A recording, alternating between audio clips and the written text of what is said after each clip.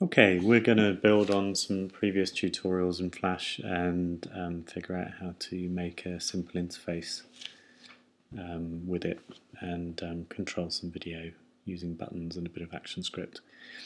Okay, so on the stage we've got a sort of an old TV type interface, and we've rigged up some buttons here which will control the timeline, and embedded or put on the timeline or imported into the timeline are 2 bits of video that will play as TV channels. Okay, so to give you an idea of how that works, here's our SWIF. So this is exported, and basically it's at rest until we decide to turn the TV on. It'll play one channel, and if we press the other button it'll switch, so we can change channel mid-flow. Okay, so the TV interface is made using Photoshop in layers, and that's fairly straightforward to import into Flash, and then the video is piped in using the playback component that we looked in the previous tutorial. So if we head over to Photoshop, you'll see that I've got a layered document here. I've just cut out some bits as additions which we don't use in the tutorial, but just to give you an idea of how it works, you can separate objects of the TV onto a new layer, save it all as named, and then when we go into Flash we can import those layers and distribute them to layers in the timeline. So if we go File, Import, and then Import to Stage,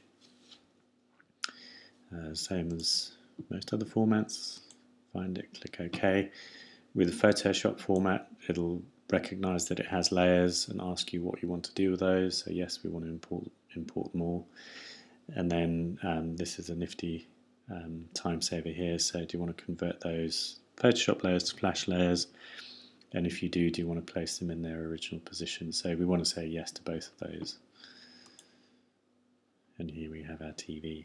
Okay, so that saves a lot of effort in importing and configuring. And so here you can see those bits are exactly as they were in the Photoshop file, which is quite important.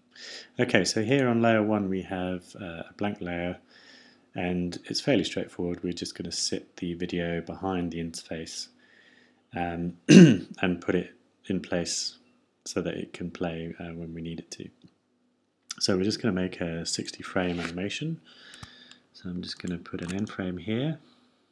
So insert frame, 60 frames, just as an idea.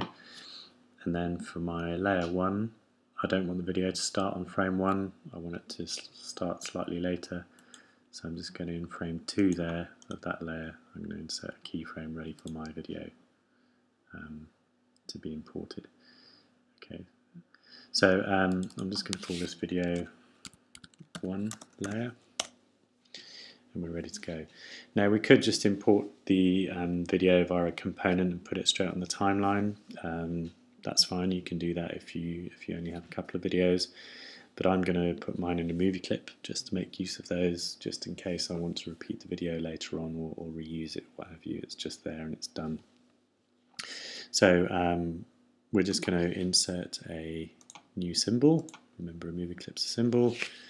I'm going to call that video 1. Remember, no spaces. Click OK. We're now in the movie clip timeline, ready to import that video. And if I wanted to, I could then go File, Import, and then go through the import commands. But because we know we're going to play it through a video component, I can also just put a component in place and link the file because it's an FLV. So what we're going to do is just go into the window menu. You'll see there's components. You'll have media components and a video component options. You go back, click those down, and then drag in FLV playback. So Flash video FLV playback is what we want.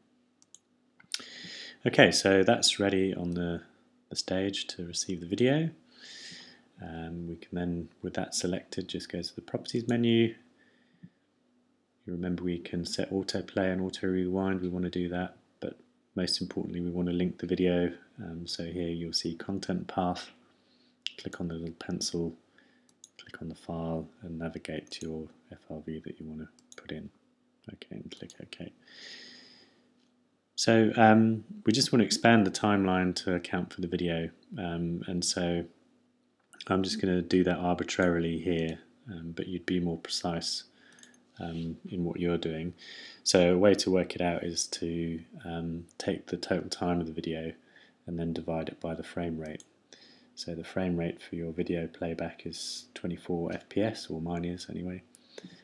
So you'd have your total time in seconds divided by 24, and that would give you your frames to extend to.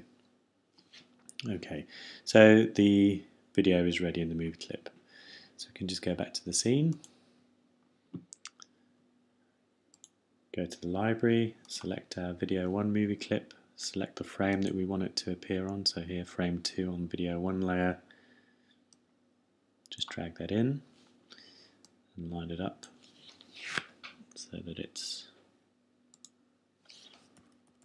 not shown from behind the interface, and then we can just launch that to test it.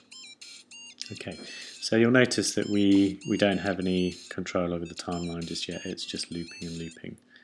So we need to stop the playhead from just buzzing around and going start to finish over and over again. So we need to just put in a little instruction on the timeline that says stop until I tell you to do something. So you want to get into the habit of doing this is just put in a new layer at the top, call it actions, and then click on that first frame that's available, and we're just going to put a little bit of action script on that frame that says hold on. Okay, so if we go to the window menu, you'll see your actions panel is here, mine's already open, click it.